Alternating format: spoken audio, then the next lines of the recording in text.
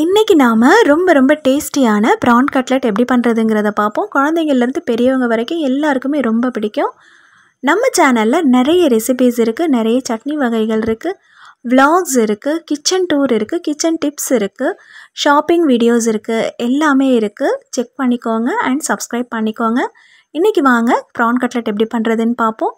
அதுக்காக நான் இன்னைக்கு 1.5 வெங்காயம் எடுத்து கட் பண்ணி எடுத்து வச்சுக்கிட்டேன். ஒரு அரை முடிக்கு கம்மியா தேங்காய் எடுத்து கட் பண்ணிக்கிட்டேன். அதோட ஒரே ஒரு பச்சை மிளகாய் எடுத்துர்க்கேன். இப்போ ஒரு மிக்ஸி ஜார்ல 1 கப் அளவுக்கு பொட்டுக்கடலை சேர்த்து பவுடர் பண்ணி எடுத்து வச்சுக்கலாம். இது ஒரு பக்கம் இருக்கட்டும். இப்போ ஒரு panல கொஞ்சமா எண்ணெய் சேர்த்துக்கோங்க. ஒரு அரை குழி கரண்டி அளவுக்கு எண்ணெய் சேர்த்துக்கோங்க. எண்ணெய் சூடானதும் இப்போ நம்ம கட் பண்ணி வச்சிருக்கிற வெங்காயமும் பச்சை மிளகாயும் சேர்த்துக்கலாம். வெங்காயம் லேசா வதங்கினதும் 1 ஸ்பூன் அளவுக்கு இஞ்சி பூண்டு விழுது, அரை ஸ்பூன் மஞ்சள் தூள் சேர்த்துக்கோங்க. ஒரே ஒரு பச்சை மிளகாய் தான் எடுத்திருக்கேன், அதனால 2 ஸ்பூன் அளவுக்கு வெறும் மிளகாய் தூள் சேர்த்துக்கிறேன். ஒரு அரை ஸ்பூன் அளவுக்கு உப்பு சேர்த்துக்கோங்க. அதோட அரை ஸ்பூன் அளவுக்கு கரம் மசாலா தூள், அரை ஸ்பூன் அளவுக்கு ஜீரகத்தூள் சேர்த்து அந்த வெங்காயத்தோட நல்லா கலந்து விட்டுக்கோங்க.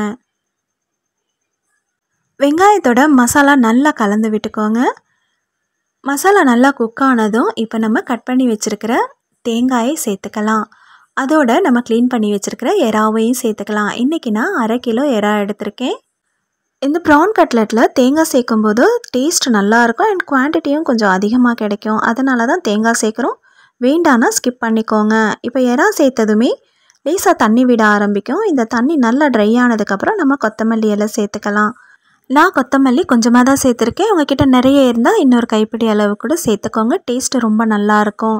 இப்போ தண்ணி நல்லா ட்ரை ஆயிடுச்சு பாருங்கள். இப்போ ஸ்டவ்வை ஆஃப் பண்ணிவிட்டு நல்லா ஆற விட்டுட்டு மிக்ஸி ஜாரில் அரைச்சி எடுத்துக்கலாம்.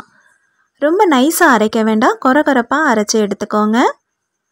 இந்த அளவுக்கு இருந்தால் போதும். இப்போ ஒரு பவுலில் மாற்றிக்கலாம். அடுத்து நம்ம பொடிச்சு வச்சுருக்கிற பொட்டுக்கடலையை இதில் கொஞ்சம் கொஞ்சமாக சேர்த்துக்கோங்க. பொட்டுக்கடலையை சேர்க்கும்போது உப்பு செக் பண்ணி கம்மியாக இருந்தால் உப்பு சேர்த்துக்கோங்க. இப்போ நமக்கு தேவையான ஷேப்பில் தட்டி எடுத்துக்கலாம். அடுத்து ஒரு பேனில் கொஞ்சமாக எண்ணெய் சேர்த்துக்கோங்க. நம்ம டீப் ஃப்ரை பண்ண போகிறதில்ல, ஷாலோ ஃப்ரை தான் பண்ண போகிறோம். அதுக்காக ஒரு 2 குழி கரண்டி அளவுக்கு எண்ணெய் சேர்த்தா போதும். எண்ணெய் லேசாக சூடானதுமே நம்ம தட்டி வச்சுருக்கிற ப்ரான் கட்லெட்டை ஒன்றொன்னா சேர்த்துக்கலாம். நமக்கு என்ன ஷேப்பில் தேவையோ அந்த மாதிரி தட்டி எடுத்துக்கோங்க. ஸ்டவ் மீடியம் ஃப்ளேம்லேயே இருக்கட்டும். ஹை ஃப்ளேமில் இருந்தால் கரிஞ்சு போயிடும். அதனால் மீடியம் ஃப்ளேம்லேயே இருக்கட்டும். இப்போ ஒன்றொன்னா சேர்த்து ஒரு 2 நிமிஷம் போல் குக்காக விடுங்க.